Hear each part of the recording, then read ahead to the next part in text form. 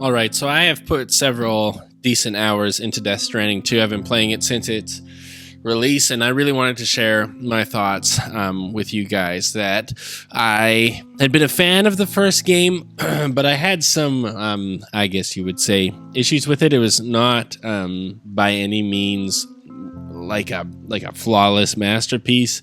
There was really cool elements. I liked the world. I liked the world building. I liked trying to figure out what is going on. But to be honest, the gameplay could be just a slug to get through. It was hard stuff.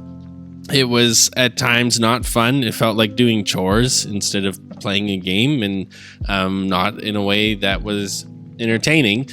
And so I had mixed feelings about it. That I really liked the world. There were elements of the game I really enjoyed, but things like combat, things like having to traverse the world, eventually really took a toll on me and took a toll on most people.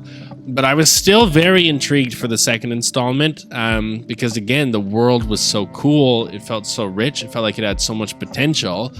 And I was hoping that this game would live up to it. And I can say without a shadow of a doubt, it 100% does. It makes me even want to go back and play the original again. That this game is absolutely freaking incredible. And so I want to share some of my first impressions, some of my thoughts with you guys as to how Death Stranding True is right now my game of the year. So first off, coming back into this world, I was really curious from a story standpoint where we would be going, and I'm pleased to say I was absolutely shocked that there is a very early twist that I won't spoil that happens in this game that I cannot believe this game did. And it immediately sunk me in to being like, I gotta see what happens next because this is insane, and I never in a million years would have thought that this is the direction the game is going in. And along with that, they introduce all these new characters that are delightful to have along the way. Having a companion character, which hilariously is the guy who plays Jesus in The Chosen, is this puppet that you carry around with you,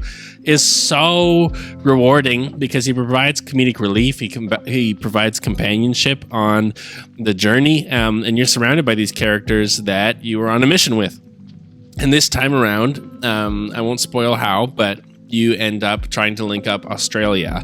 And so you spend the entire game on the island, the continent of Australia, trying to link it up together.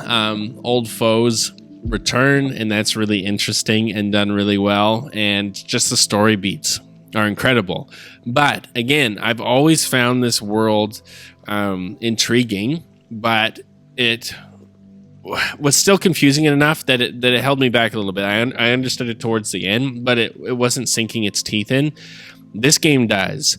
I compare this game to like Dune Part 2. That Dune Part 1, the movie, is essentially all set up to get you to the real movie, which is Dune Part 2.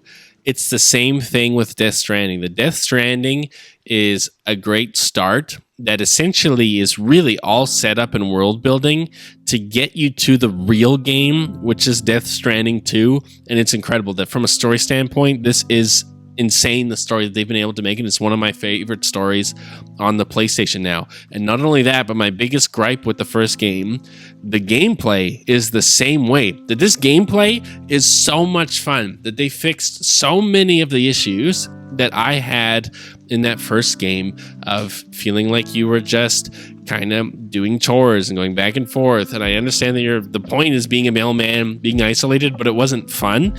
I enjoyed some of the traversal, but eventually it just felt like a slog to have to go and do the next delivery. It's not the same here. One, you almost immediately get given a vehicle, which is world changing. Having the other porters, the people who are playing the game, implement things to help you along your journey, was a cool idea. And here it's really fulfilled, where it's actually so helpful. It makes gameplay far more streamlined. The combat, I used to avoid combat in the first game to save my life because it wasn't fun. And here the combat is so good that it's just shy of some of that Metal Gear Solid stuff, but it is so close. The stealth gameplay, the just going in guns a-blazing is so much fun. Trying to figure out how to go at enemies, it actually is genuinely enjoyable. That there are just so many quality of life improvements, having a skill tree to make the journey easier. All of this, it makes this game so much fun. The potential I saw in Death Stranding, the very first game, is fully realized in this game. That this game is getting 9 out of 10s, 10 out of 10s for a reason, and it's because Kojima's at the height of his powers here. Now that he's laid the groundwork, like Dune Part 1 did, he can now go to the next level, and he does, and it's really incredible. And all the different new gear and new tools, the different characters, all of that stuff just works, and it's so good, and it's less frustrating, and it's just enjoyable. It's really, really, truly one of my favorite games that have come out on the PlayStation 5. And again, you've got all that stuff that did work. The graphics are incredible. Making deliveries is actually really fun, and they undid a lot of the backtracking you would have to do. That's kind of minimal here, where you're always kind of making progress, and it doesn't feel like a slog. The music, the immersion, the visuals, the emotional beats, the acting is top notch from everybody here. The writing is so good. This world is so interesting that it really was just a joy to play through. This game was insane, is insane. I'm not done it yet, but I had to come on here and say, hey guys, this is a whole different game. I'm someone who still would have given the first Death Stranding a positive review. I enjoyed my time with it, but I would have gave it a 6 or a 7 out of 10.